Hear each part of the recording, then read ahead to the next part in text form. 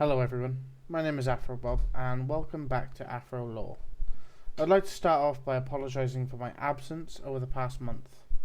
I had some personal issues and I felt I needed to take a step back for my own benefit.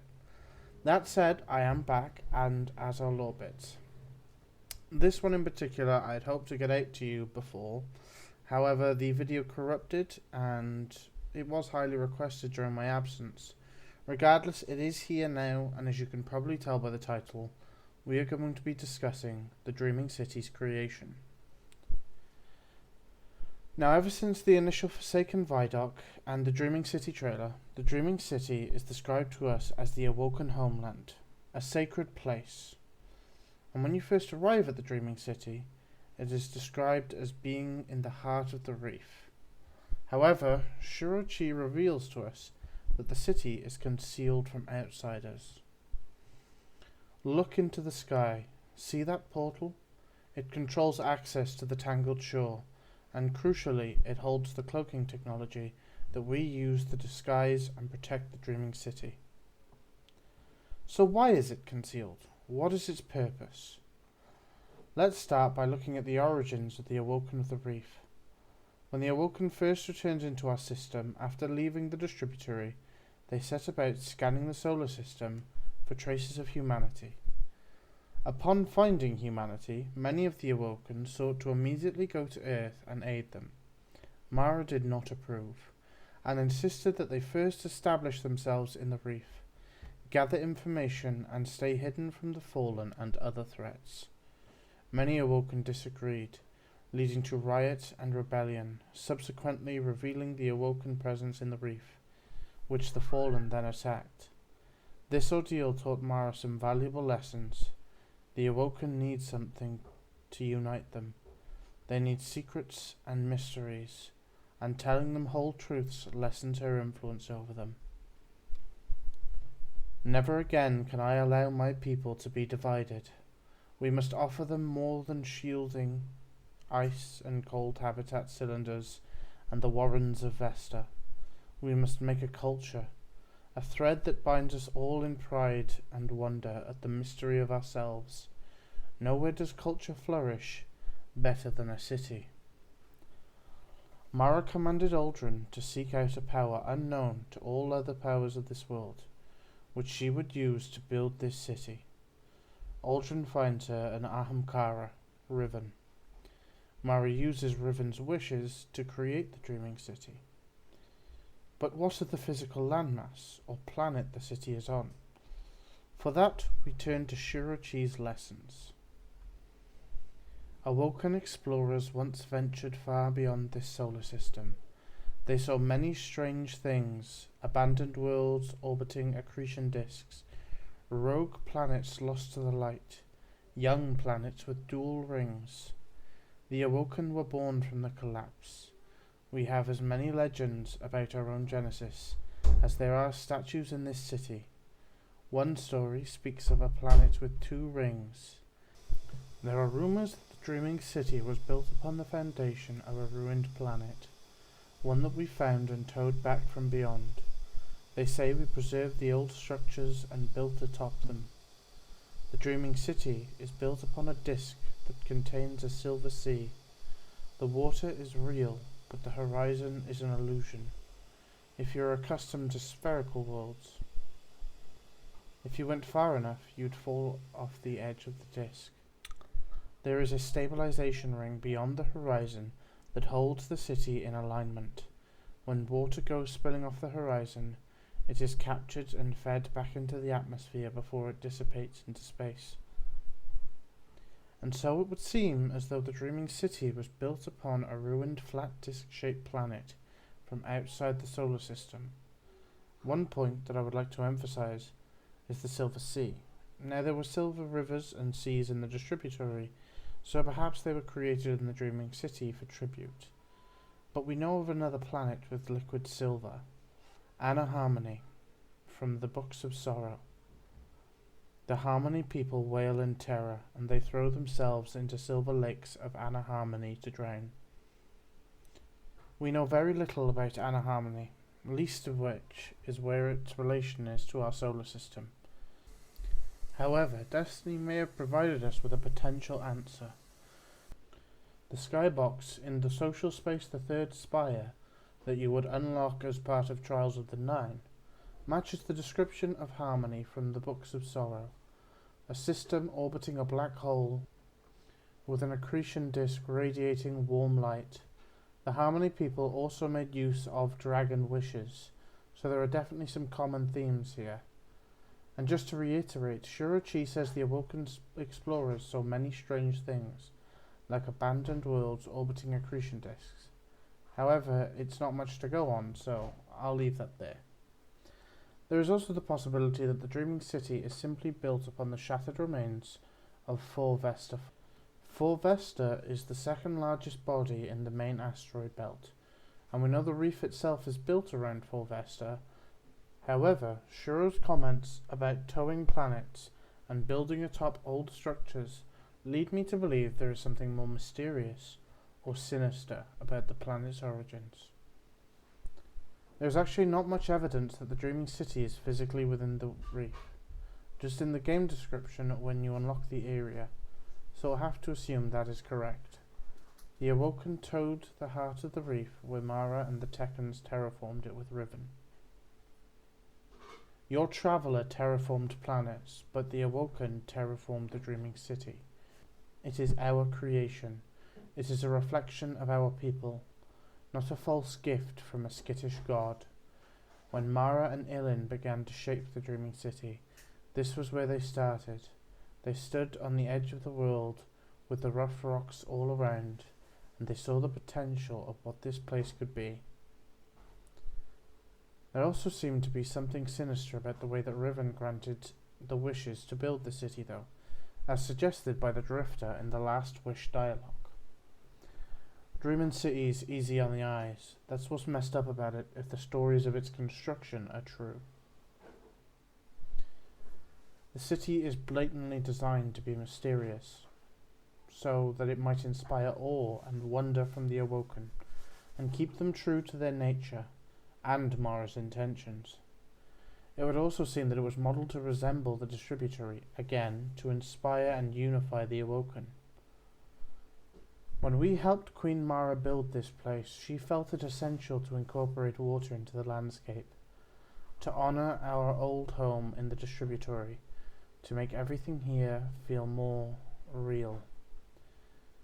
The Dreaming City was built in imitation of a greater world, a wonder lost to the Awoken, but not forgotten. But was the Dreaming City just made of a bunch of wishes to give the Awoken a place to live? Is it merely concealed for the safety of residents? Well, no, I don't think it's that simple, and Bungie have never made things that simple. During the development of the Dreaming City, Riven would remain close with the Queen because she admires and feeds off how strong her desires are, and how the rest of the Awoken are devoted to her. Together, they continue to develop the Dreaming City through wish magic. Truly, I say to you, here Mara hides a small smile, the Awoken have entrusted what will be to you their Queen, and thus they are all as dry as stone to me. Pleasantly so, for wetness is sweet feed, but dry stone is a friendly basking place. You are as hot and as flat as the Plateus of Mercury, and your heat stirs my blood to move. As Riven grew and the Queen became to understand the Ahamkara's nature, she decided she would need to build a device to concisely make wishes without giving room for Riven to misconstrue them, and so the Wall of Wishes was created.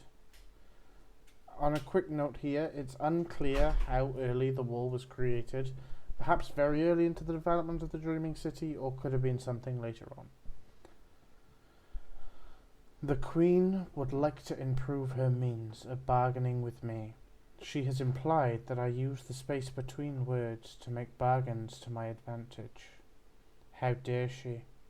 She knows me so well. What the Queen wants, the Tekken moves world to obtain, and so the witches devise an impossible machine that speaks a visual language, with very few spaces in its words. This machine speaks wishes, makes bargains. The Wall of Wishes, it is called. At this point, the building of the Dreaming City is more or less complete, minus a few key pieces.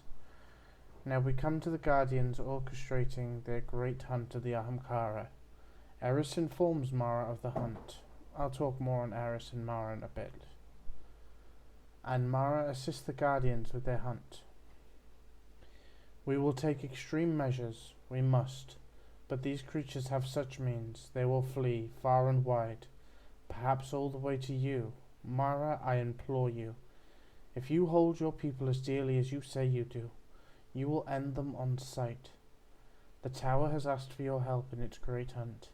If the vanguard knew that the Queen rendered came at the behest of an Ahamkara, armies of Guardians would storm the reef, so they will never know. The Queen was glad to help them clean the mess if it meant Riven would be the last living Ahamkara. Power is useful, unique power more so. Mara is happy to help so long as she is able to keep Riven, so the Awoken set about fortifying the Dreaming City and arming the Guardians for their hunt, as Mara believes she commands the will and the tools to make perfect wishes, so she did not heed Eris's warning herself. Instead, she traps Riven in the Dreaming City. Riven, understandably so, did not appreciate this. Before the Queen came often to visit, we made bargains. Most of those who bargain with me do not win. We take care with those. It is how we feed. But she won. I remember when I carved this cage into the face of reality. I remember when she wished me into it. So the Dreaming City became Riven's prison. Or perhaps it was always intended this way. So Riven grew to despise and seek revenge on the Awoken. The Awoken kept me here so long, a better fate than my kin suffered, but paradise is a prison when you cannot leave. I would so love to repay the hospitality of those who used my words to carve this city into the screaming surface of reality. Finally, I don't think any Awoken ever actually lived in the Dreaming City beforehand. For one, Mara wanted to distance others from Riven to prevent them from being manipulated. For another, it may be more inspiring to the Awoken if the Dreaming City is sort of a sacred place where you can only visit on special occasions. When we first visit the Dreaming City, Petra explains, the Awoken built hidden cities like this throughout the reef. In some we live and raise our children, in others we build our weapons, we train our armies, or we used to, when we had armies. Here, in the Dreaming City, we learn from greater powers, we meditate, we transcend. This is our most sacred place. So now we understand, or at least partially understand, why the Dreaming City is so secretive. Mara wanted a city that could unite and inspire her people without it being an obvious target, and she needed a place to keep Riven so that the Guardians wouldn't hunt her down. So the city had to be concealed and protected. Maybe there are bigger secrets too, like the location of the distributory. But that's getting well into the spinfoil area of things, so we'll leave that for now. Moving on to some more recent additions into the city, the Oracle Engine.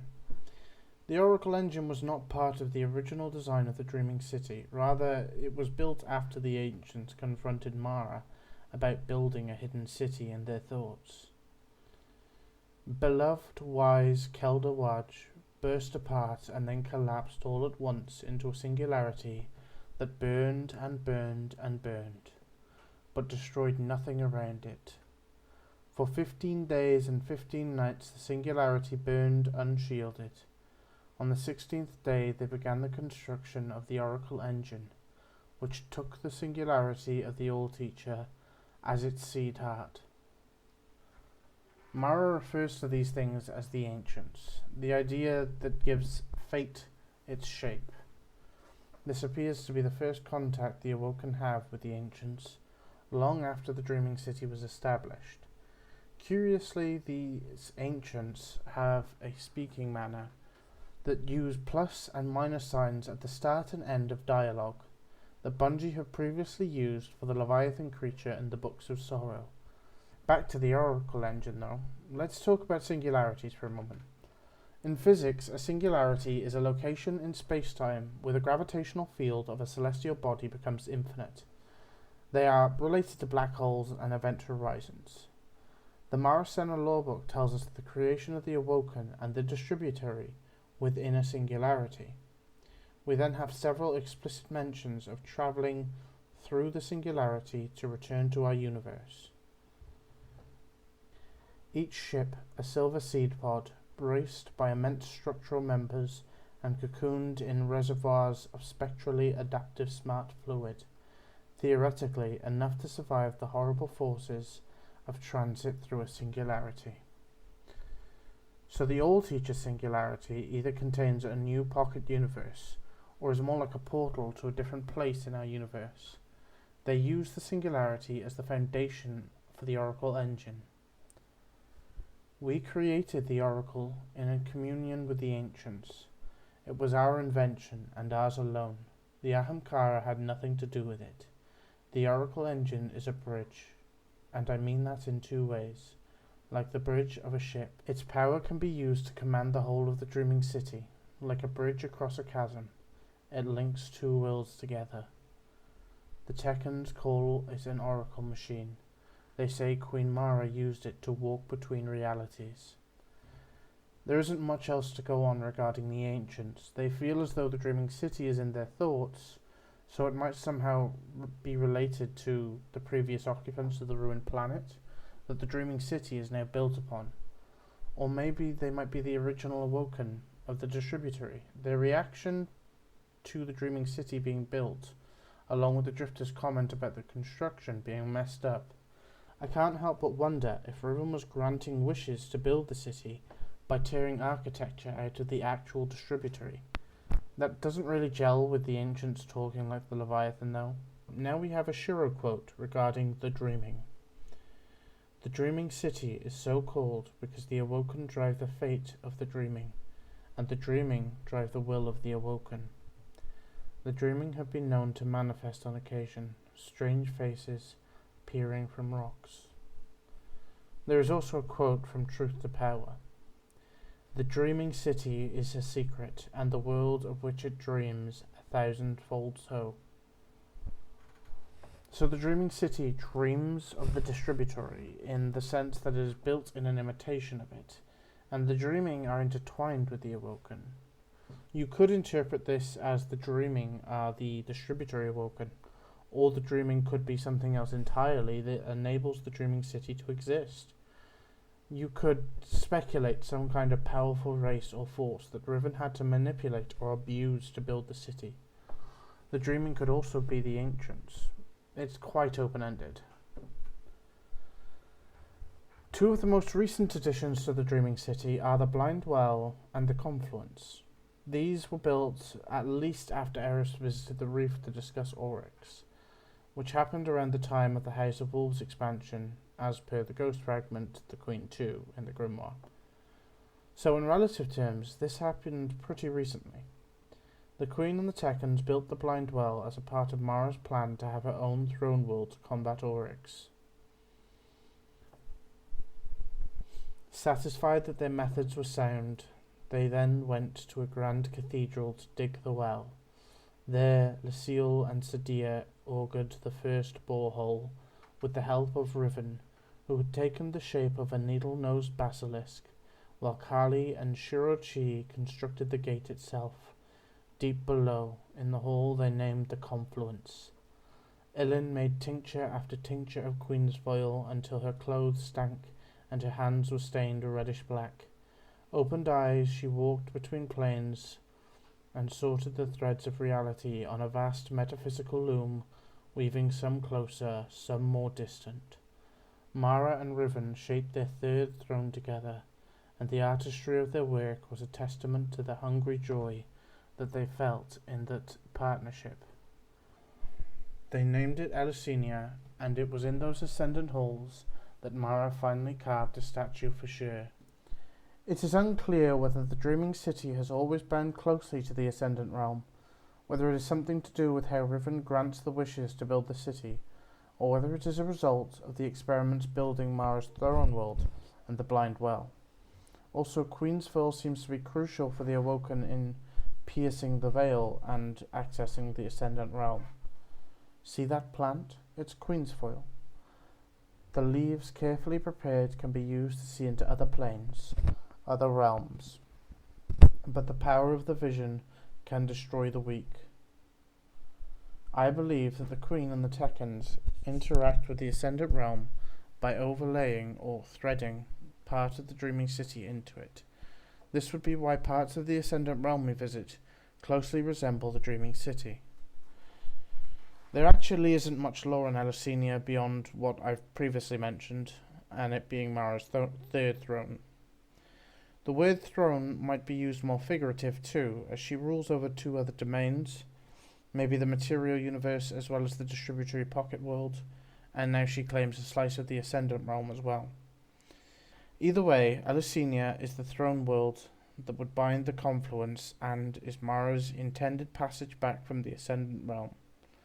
Later, after the Awoken siege on the Dreadnought, Mara would traverse the Ascendant Realm back to Alicenia. Joy wells in her heart when her searching fingers trace the edges of Alicenia. She has passed through the desert, and she has reached the far side of the chessboard. She is alive, or soon will be. She opens the door, and her joy dies on the threshold. Her throne world is desecrated, not annihilated as Oryx was. The pillars and terraces and courtyards still retain their shape, but the roots have rotted, and the geometry festers. It could be assumed that Alicenia was once as beautiful and as vibrant as the Dreaming City, but became dark and broken in its desecration. We visit Alicenia in the Shattered Throne dungeon, where we find Dulinkaru, the Eternal Return. And that is everything on the construction and knowledge of the Dreaming City, and a little bit of Spunfoil along the way. Let me know what you think. This feels more like a conversation than a narrative, and I like that I'm talking to you more than talking at you. I far more enjoy it being a conversation with you all. Let me know what you think in the comments down below. And if you have enjoyed this extremely long return of Lore Bits, maybe give that thumbs up button a push. Either way, thank you very much for your patience. Thank you for watching. And just know that you taking your time to listen in this especially long episode is more than I could ever ask. Thank you, and I will see you all in the next video.